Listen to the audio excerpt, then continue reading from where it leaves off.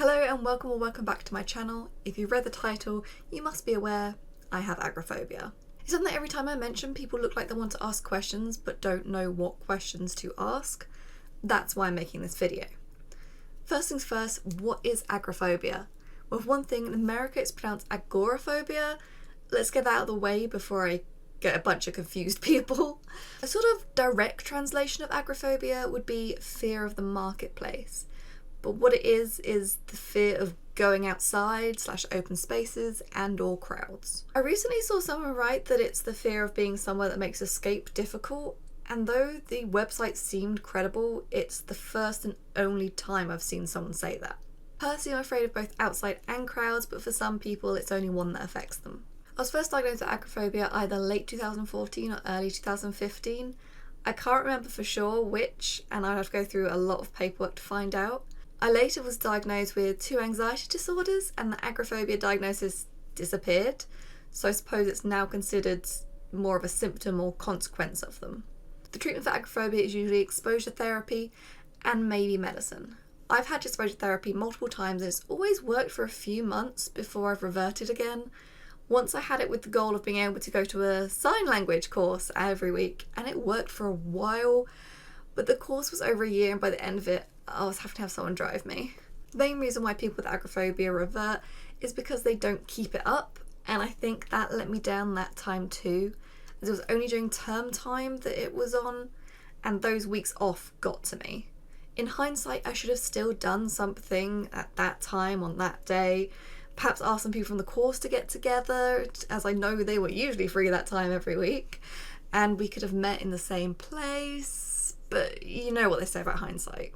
Now I'm just on medication for it, a beta blocker or beta blocker depending on what pronunciation you use, and that helps me leave the house with other people, but it has been years since I left the house on my own.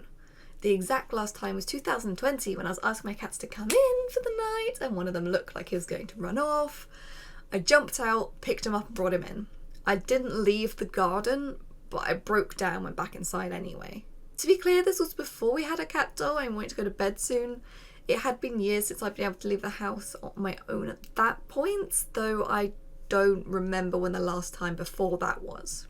As things currently stand, I can leave the house with other people I trust enough and try to do so regularly. It goes back to that whole keeping it up thing. Some places are easier to be in than others, for example bookshops despite potential crowds of customers, and zoos despite the open spaces due to my love of books and animals. They're a good distraction. Strangely, I also find things like Comic-Con and especially Roomfest easier than one might think. It's usually like-minded people around, so although frequent breaks are necessary for both, as well as lots of medication of course, it's not too bad. Another thing that helps is a sunflower lanyard. In the UK, this is used to symbolise people with an invisible illness. That way people around, usually staff members of shops etc., know that the wearer might need some extra help. If you go to Comic-Con in the UK, you can see a lot of people wearing them.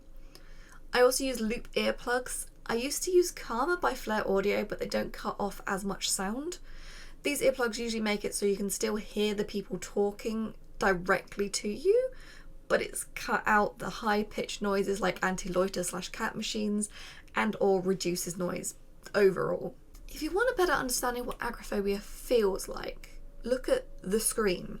The artist Edvard Munch had agoraphobia and allegedly stood gripping a bridge, trembling with anxiety, and he looked out at the vast landscape and the scream is how he felt. The moment I found that out, I looked at the painting and could see it. That directly relates to that feeling I get, or used to get when out alone.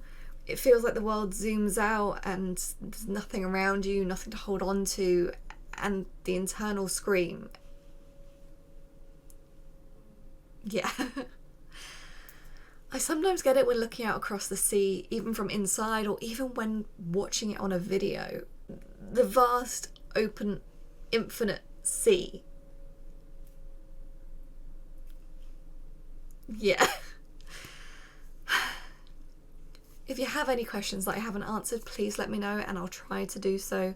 Please like and subscribe if you want to, and maybe you'll see me in the next one. Until then, bye.